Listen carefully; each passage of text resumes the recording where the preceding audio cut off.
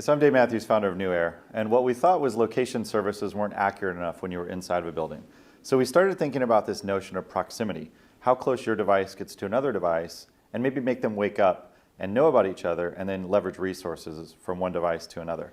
And in doing this, we started thinking about what was going on with Apple stores, where they use iPads throughout the store as marketing information. So I had an Apple Store app on my phone, and it knew about me. It had my credit card information registered. And I thought, wouldn't it be cool to have the store act like Tom Cruise in Minority Report? When he walked throughout the mall, the advertisements knew who he was and reacted to him accordingly. So my Apple Store app knows what I bought from the Apple Store, and the proximity of myself to a device could say what I was standing in front of. So we decided to marry all that together. So we created the NewAer kiosk solution. And this is software that runs on an iPad and on your mobile phone, and it's part of our SDK for proximity.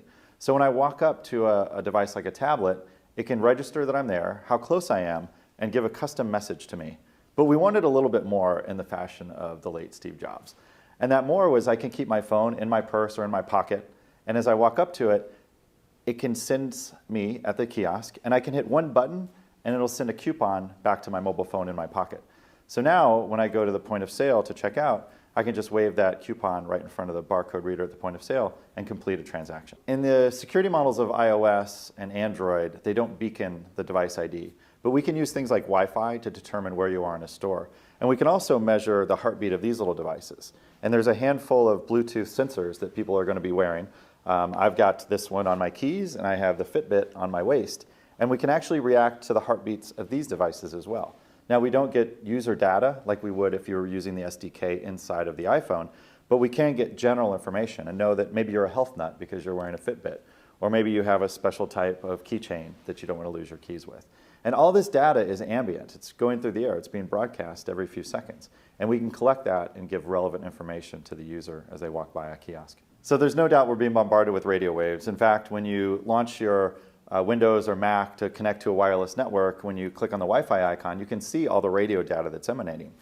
We have a policy where we try not to be creepy. And in fact, we spent a lot of time on our privacy policy, which is very easy to read. It's at the newaer.com/privacy page. And because all this data is already around us, there's nothing that can be done to shut it off.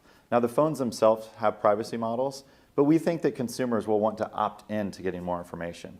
And if I was able to walk by a store or a restaurant and maybe not have to check in to that restaurant, tell the maitre d' that I'm there, and it just knows that I'm there, or maybe when I walk by a store and something that I've been searching for on Amazon, like a speaker, is available in a retail store for me to actually listen to, I think what we're building is the future of anti-showrooming, or actually getting people to see something that maybe they wouldn't know about and take that offline experience of walking to a store and merge that with the online of search and pull those together.